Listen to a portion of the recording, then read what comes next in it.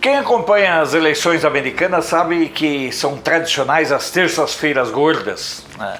Quem gosta de futebol no Brasil já ouviu muitas vezes a expressão quarta-feira gorda, se referindo a rodadas muito intensas da Copa do Brasil. No caso de Brasília, hoje foi uma segunda-feira gorda. Gorda em termos de muitas notícias, de muitas novidades. Eu quero falar sobre o que mais ou menos aconteceu durante o dia e as implicações que pode ter em relação a amanhã. Mas antes, quero lembrar você que continua a nossa campanha de fortalecimento do canal. É muito importante que você se inscreva no canal de Brasília, que você compartilhe o nosso conteúdo em suas redes sociais, ative o sininho, comente, enfim, participe do processo de feitura do canal de Brasília. Começar por onde? O que é mais relevante num dia que teve de tudo? A começar pelo presidente Bolsonaro, mais uma vez chibatando um mito da esquerda, para variar o Paulo Freire, né? Que alguns refutam ele como uma santidade, quando outros tem uma visão bem mais crítica em relação ao seu verdadeiro e efetivo papel. Começou por ali, mas não foi só. Teve o fracasso da greve dos caminhoneiros. Os caminhoneiros entraram na lábia, caíram na lábia da CUT e deixaram que a CUT tomasse conta de um movimento e arrebentasse com o movimento. Agora pode ser que os caminhoneiros passaram a entender que onde a CUT bota a mão, ou é caso de polícia, ou é caso de insanidade de quem permite que eles cheguem perto dos momentos de decisão. A greve foi um fracasso.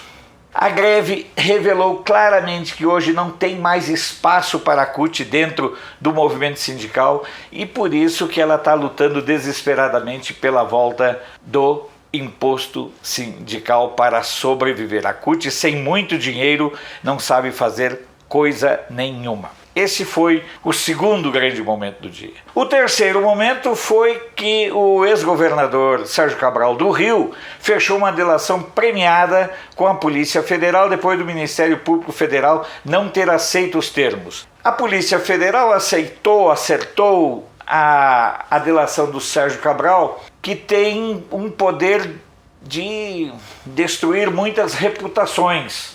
E é talvez por isso que o Ministério Público Federal não tenha sido simpático, porque, pelo que se sabe, a delação envolve inclusive magistrados de cortes superiores aqui em Brasília. Estariam envolvidos nomes do STJ e também do TCU. A priori são esses. A bola agora fica com o ministro Fachin. Vamos ver o que ele decide.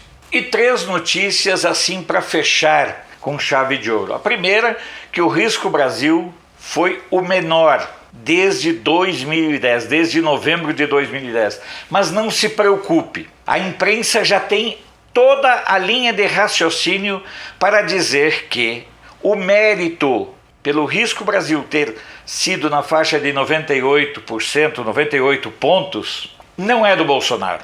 É das uvas que não apodreceram na Califórnia, é das jacas que não caíram na Guiné, enfim, é de todo mundo a responsabilidade, menos do Bolsonaro, porque se a imprensa começar a reconhecer os méritos do Bolsonaro, a coisa fica ainda mais complicada para 2022. Mas o fato do Risco Brasil ter operado num patamar que desde 2010 não acontecia, quando o Brasil tinha o grau de investimento, mostra claramente como o mundo observa e acompanha a movimentação política e o comando do presidente Bolsonaro, quer queiram, quer não queiram. Uma situação que foi muito discutida durante a tarde é que o Centrão e os partidos de esquerda pretendem usar o clima, a desatenção da sociedade por conta do jogo do Flamengo para votar o fundão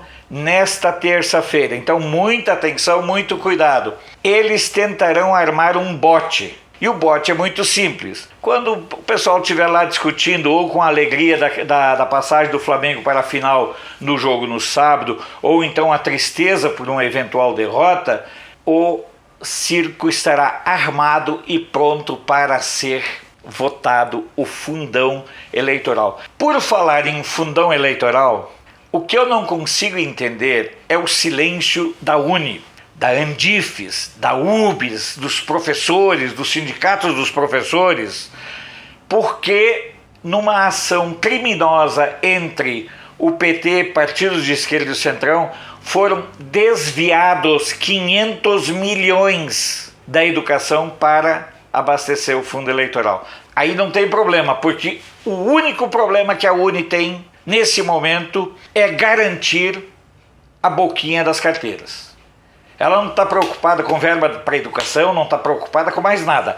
Ela está lutando dentro do Congresso Nacional apenas para derrubar a MP da Identidade Estudantil Digital e para ela voltar a faturar aí seus 300, 400, 500 milhões por ano fazendo carteirinha e fazendo farra com o dinheiro dos estudantes. Por fim, uma situação que é bastante delicada, mas que é inaceitável que o ministro Toffoli falou sobre a Lava Jato ter quebrado empresas no Brasil. Não, ministro. A Lava Jato não quebrou nenhuma empresa honesta. A Lava Jato quebrou empresas comandadas por safados, por ladrões, por corruptos, por dirigentes de empresas que preferiram fazer negociatas com políticos do que se preocupar com a livre concorrência, com o livre mercado.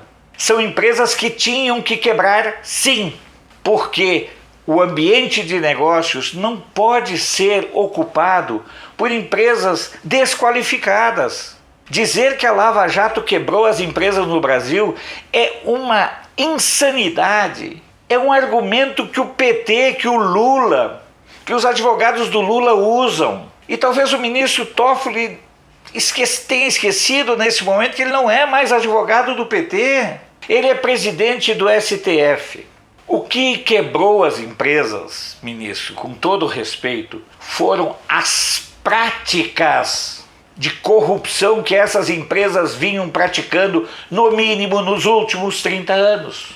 Da mesma forma como pegou muito mal lá para a OCDE aquela decisão que o STF tomou de não permitir a prisão após a segunda instância, porque para o mundo todo aquela medida foi lesiva para a imagem do Brasil, não a Lava Jato.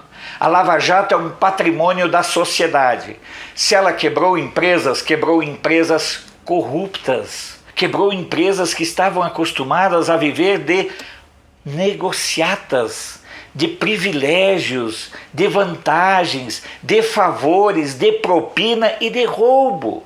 Não foi a Lava Jato quem quebrou as empresas. A Lava Jato resgatou o orgulho dos brasileiros em ser brasileiro.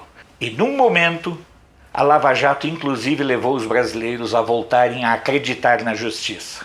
Nenhuma empresa honesta quebrou com a Lava Jato. Volto a dizer, quem quebrou é que estava enrolado, é que tinha uma prática de corrupção que não condiz com o ambiente de negócios. Sou Alfredo Bessoff, jornalista. Você pode não concordar com o que eu digo, mas eu tenho o compromisso de não silenciar.